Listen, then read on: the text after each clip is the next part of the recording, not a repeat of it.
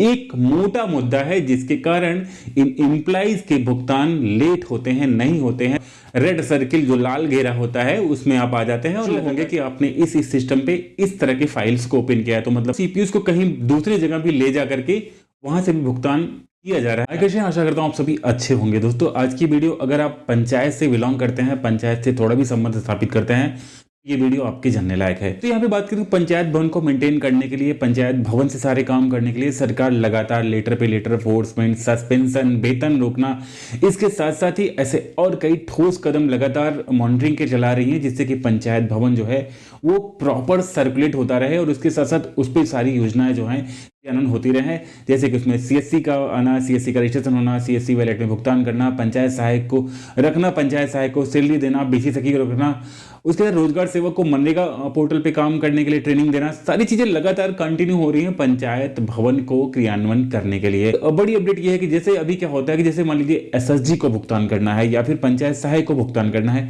तो आप यहाँ पे देख ले तो एसएसजी जो समूह है वो 9,000 रुपए, पहले क्या था, पहले 6,000 रुपए था, लेकिन 3,000 रुपए प्रशासनिक खर्च थे। अब क्या हुआ, अब 9,000 रुपए महीने उनको मानदेय प्रति माह दिए जा रहे हैं, 6,000 रुपए पंचायत सहायक को और 5,000 रुपए जो है मानदेय प्रधान का। तो आप अगर जोड़ लें तो आपके टोटल मिलाकर लगभग 20,000 रुपए यही हो जा रहे हैं कि पर महीने ग्राम निधि के खातों से ट्रांसफर हुआ करते हैं। हालांकि पंचायत सहायक और एसएसजी के भुगतान को केंद्रीय वित्त से कहा गया है, राज्य वित्त से प्रधान का मानदेय, क्योंकि राज्य वित्त की किस्त कहीं कहीं तो मान ले तो 30,000 रुपए 35,000 तक की किस्त आती है, मैक्सिमम छोटे ग्राम पंचायत जितने हैं वहां पे तो इतनी छोटी सी किस्त आती है, वो तो मानदेय भर का भी नहीं होगा। इसलिए जो भी बुद्धि इसमें लगाई गई कि केंद्रीय वित्त से इन लोगों को मानदेय दिया जाए। तो सरकार कहीं ना कहीं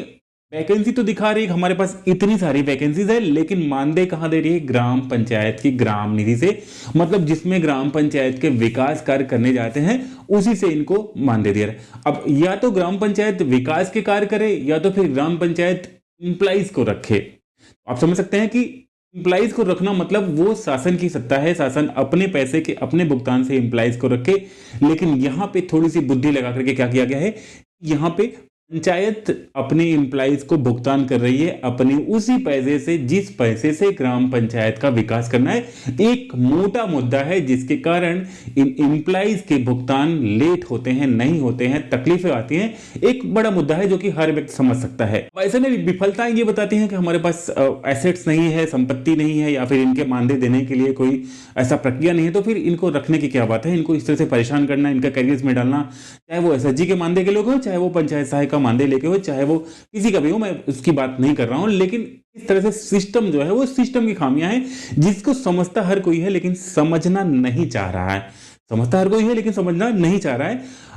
हालांकि मैं बात कर रहा हूं आज की वीडियो में जो कि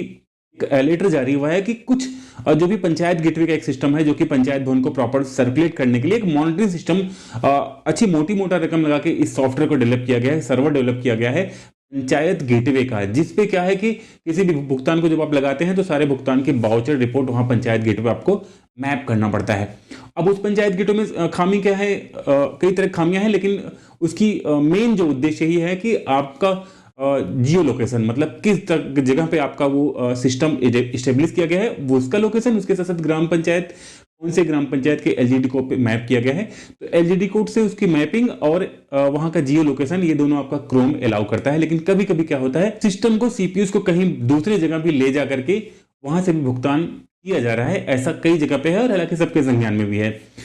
सिस्टम को वहां पे क्यों ले जाया जा रहा है, इसके भी रीजन ये है कि पंचायत सहायक जो भी रखे गए हैं वो शायद उनको उस तरह की नॉलेज नहीं दी है, क्योंकि जो पीएफएमएस की काम है इसमें कई तरह के कई स्टेप में काम है और वो थोड़ा सा टफ होता है। जैसे कि लेटर देख सकते हैं, लेटर में साफ साफ लिखा गया है कि ग्राम पंचायतों में ई ग्राम राज पोर्टल योजनाओं को अपलोड किए जाने एवं कार्य के उपरांत भुगतान एवं ग्राम सचिवालय स्थापित कंप्यूटर सिस्टम के माध्यम से, ये लेटर है, इनकी संख्या भी यहाँ पे दी गई है। यहाँ पे एक बात की गई कि रात 11 बजे जो है के बाद से कई सिस्टमों से भुगतान किया गया है।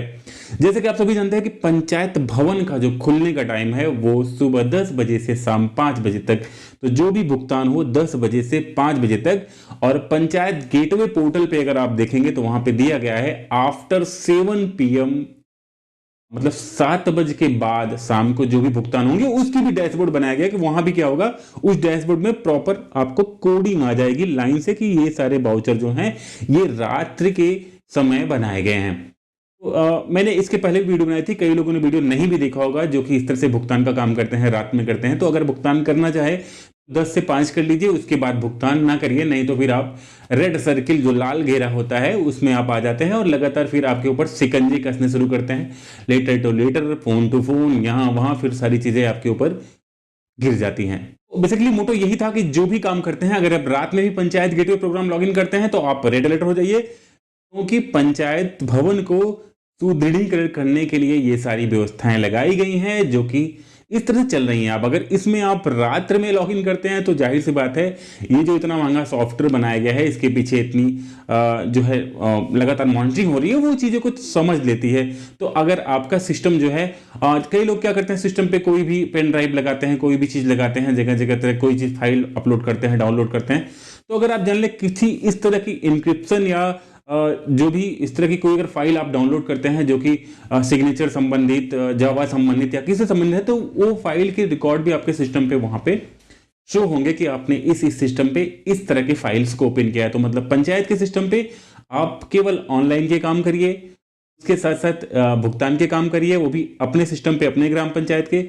उसके साथ साथ समय का ध्यान रखें, 10 बजे से 5 बजे के अंदर ही अपने काम को कर लीजिए। हालांकि अभी जो इनका पंचायत गेटवे प्रोग्राम है, ये जियो लोकेशन को प्रॉपर ट्रैक नहीं कर पा रहा है, लेकिन आगे चल के ये भी प्रॉपर ट्रैक करेगा। इसे सावधान हो जाए, रात के टाइम भुगतान न करें। अगर इस तरह से करेंगे तो लेटर जारी होगा, और लेटर जारी होने के बाद कार्रवाई हो सकती है। काम को ही करेगा लेकिन भुगतना किसी और को पड़ जाता है। तो बाजी छोटी सी अपडेट आपके काम की होगी। वीडियो अगर अच्छी लगी तो वीडियो को लाइक करेगा, चैनल पर नया तो सब्सक्राइब जरूर करेगा।